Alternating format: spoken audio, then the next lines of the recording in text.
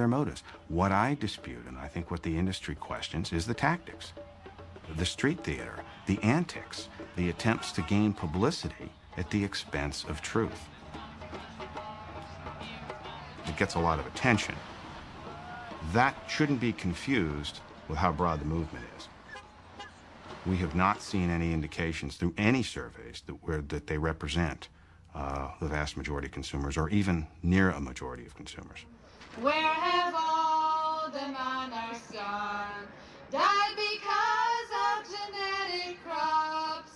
When will they ever learn? When will they ever learn? The monarch had become a powerful symbol. But how much science was there behind the rhetoric? Back at Cornell, Losey had been dragged into the contentious debate surrounding biotech food, and he was forced to defend his conclusions point by point against his own scientific colleagues. In the lab, monarch caterpillars fed leaves with Bt pollen died. But out in the field, things were more complicated. The real question is, what is the effect out in the field? There's a whole series of events that have to occur to really make this a significant risk. Bt corn pollen is fairly heavy, so it doesn't travel very far. That's certainly true, and that's one thing that I think has been shown since our paper came out, is that the pollen really doesn't go very far. So if there's going to be an effect on the monarch, it's going to be probably within the cornfield or within a few yards of the cornfield. You got to realize milkweed is a weed, and growers try and control it. It's actually on the federal list of noxious weeds. So you don't find a lush population of abundant milkweed inside a cornfield. But Losey disagrees, saying that in most cornfields, there's plenty of milkweed. A substantial proportion of the milkweeds that exist anywhere actually exist in cornfields. So this idea that there's not milkweed in cornfields, it's just not true. Challenged by Losey's paper, researchers are trying to discover if, out in the field, monarch caterpillars really do eat enough Bt pollen to do them harm. This has turned out to be a very complex task, and so far, there are no conclusive results. However the science turns out, Losey believes more tests should have been done before the EPA approved Bt corn for widespread use. Where the system fell down a little bit is that there weren't more tests done on these non-target butterflies. There should have been more data collected. But biotech companies countered that the press had missed the most important factor. Bt pollen is certainly less damaging than traditional ways of controlling the corn borer,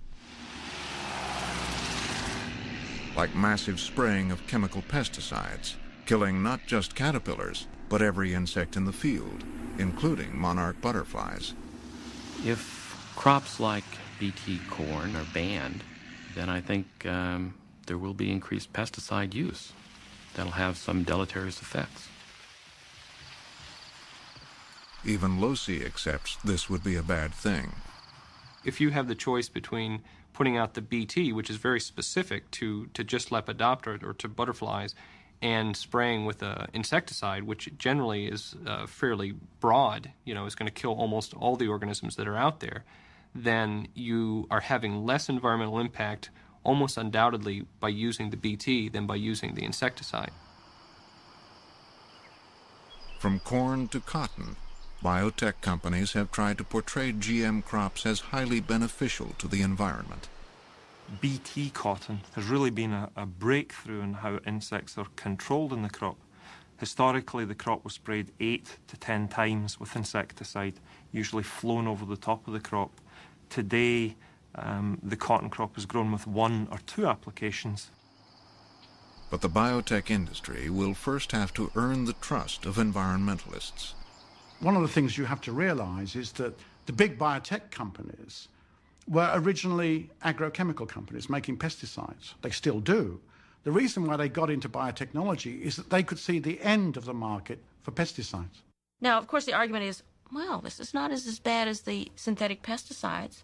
Well, I don't think it is. But do we want to replace 1 technology that is harmful to the environment with another technology that's harmful to the environment. Pesticides weren't always thought to be harmful. To the contrary. In 1947, Time magazine carried an advertisement claiming DDT was good for people, homes, and farms. It took 20 years before scientists realized how dangerous it was. So if you just replace that with biotechnology is good for me. See, these same people who once told us that pesticides were good for us are now saying, well, those pesticides, they're dangerous. But you take these biotech products, they're much safer. I think that there are a lot of people who finally believe that we're not farming the right way, we're not producing food in the right way in this country.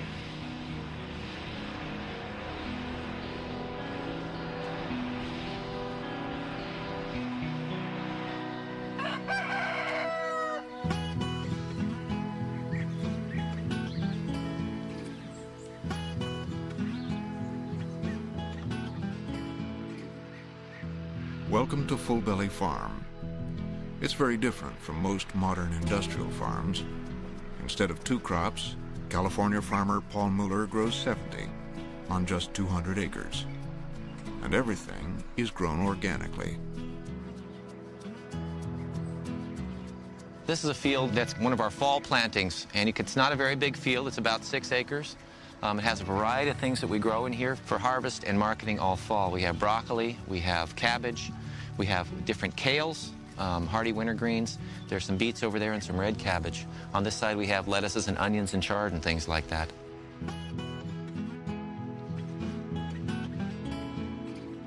Mueller sells fresh produce to people who share his belief that farming should be done in a sustainable way, in harmony with nature.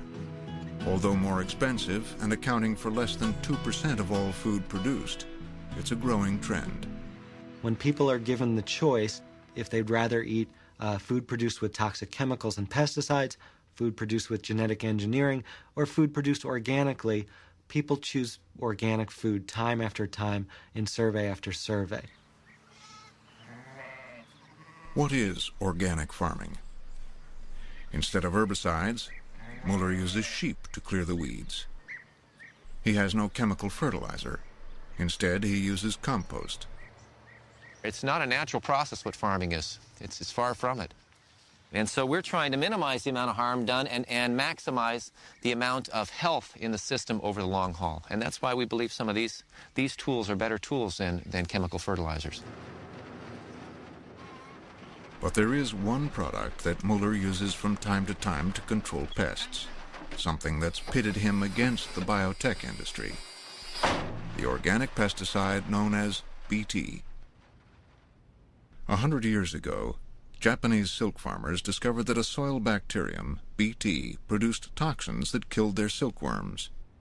Organic farmers later realized that this bacterium might be useful in killing caterpillars. Today, they spray a BT formulation on their leaves. The BT that we use is very specific. It doesn't have a very long life, and we use it sparingly. We may only spray a field like this once a year, once a season, and we don't use it unless we have to. For a long time, organic farmers had BT more or less to themselves. Then a decade ago, the biotech industry began splicing various BT genes into crops like cotton and corn. Companies like Monsanto thought environmentalists and organic farmers would be happy. Monsanto says this is a leap forward. We're ending pesticides. Well, yes and no. Yes, they're ending the use of pesticides, but now they're introducing more toxin than they ever introduced with pesticides. You have to think of that corn now as a factory producing toxin. And, say critics, this toxin will cause a worse problem: resistant pests.